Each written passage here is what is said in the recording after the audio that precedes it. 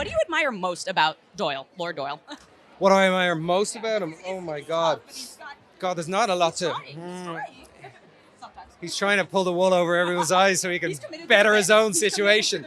He is about as self-serving as any addict should really ultimately find themselves being, so that they can get sick of themselves and get out of it, you know?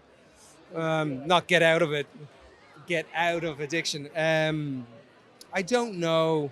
I think he is, as you're saying, he's trying. I was being glib. I think he is in a way. I never read him as a bad person. Do you know, he's not in any way malicious. He's an addict and he's sick, and he's got a spiritual quandary that he just cannot find his way out of at all. He can't see dry land. He's drowning fast. But I thought that fundamentally he was probably a decent enough fella who just really lost his way. And so I think at the end of the film, I don't know if it's too late, I want to say full redemption. But I think at the end of the film, it's possible that he'll live a decent life afterwards. You know, just possible that he'll live a decent life. And that's huge from where he came. She's not another Asian woman to be saved by a white man from the get-go. Exactly. The other way around. She saves him. And she saves herself through saving other people, which is really beautiful. It's not selfish. It's also really big of her heart to give kindness when no kindness was given to her. She had such a tough life. Luck has never been on her side. But she chooses eventually kindness and to surrender, which is a really hard thing to do in a very sad way. But there's power in surrendering and choose whatever she decides to do for herself. She make decisions for herself. Macau on its own can be very overwhelming. And so I'm curious, how did you balance the energy of the city with Doyle's own progression and keep it from overpowering that story? Because it can be a very, siren city. It's a very colorful, vibrant, exuberant, loud place.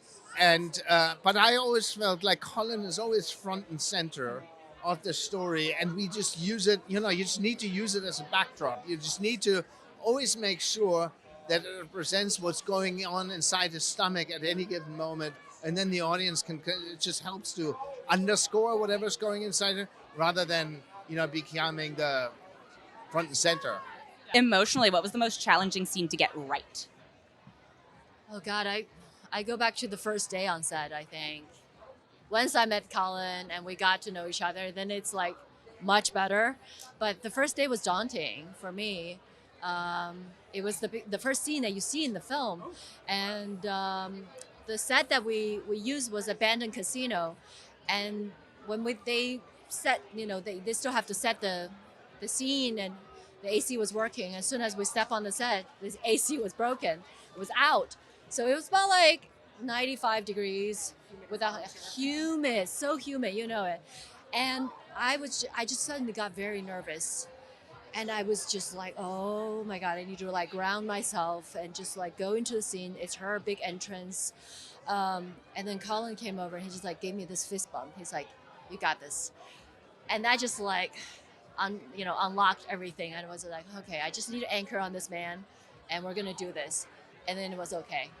Oh, I don't know. I don't know if you ever get anything right. Honestly, I don't know. The whole thing was a bit of a blur because he was such a wreck. The character is such a wreck. Really, from the first moment we see him until it's a sweaty wreck, until the last moments. Maybe there's a couple of moments in the film. Do you know what my favorite scenes to shoot were the scenes with just because of the content of them and because of the lack of agitation, which isn't to say that there wasn't a depth of sorrow, but the scenes with Fala Ming on the houseboat, because they're the only scenes really. There's a little bit, even with Tilda's character at the end when he gives her a little kiss and gives her the money, he's still a little bit cocky, still a little bit, but with her, he's just he's the external presentation of the internal man that's been there for a while. He's broken and he's vulnerable, and the mask falls away. And for her as well, I mean, she lives a life also where she's having to present a certain version of herself on the casino floor, and it's very far from what she's contending with inside and who she really is. So that scene, the two of us smoking opium, and it was so simple. The setting was simple. There was no movements. It was just two people having a conversation about sorrow, regret, sadness, shame, all those tasty things. But that was my favorite. Yeah, he's super raw in that moment. Yeah. Do you I think there's a scene where he eats gato and filet and lobster, and he basically overeats and stuffs everything inside and realizes none of it can fill him. Yeah, and realizes that he's still, he needs to find fulfillment, happiness elsewhere. And so that scene, Colin had to eat a lot. It was a challenging scene emotionally, and so to get it right, we spent a lot of time. For me, it was the scene when Lord Doyle, Colin, is having breakfast in a hotel in Hong Kong, and he just has no money, but he keeps on ordering and ordering and ordering. I thought his acting in that was sensational, and it's just a very awkward scene. I think for me it was maybe the ending, like the whole ending, because there is a lot of ups and downs, and to keep the ending in a kind of way that it's not getting like dragged and boring. I mean, from the music you can, once you get too sobby, it starts maybe eating on your. Can we get finished somehow? So it's interesting. It's important that you find the right temperature to move towards the end, and I think that was quite a long path to get that right.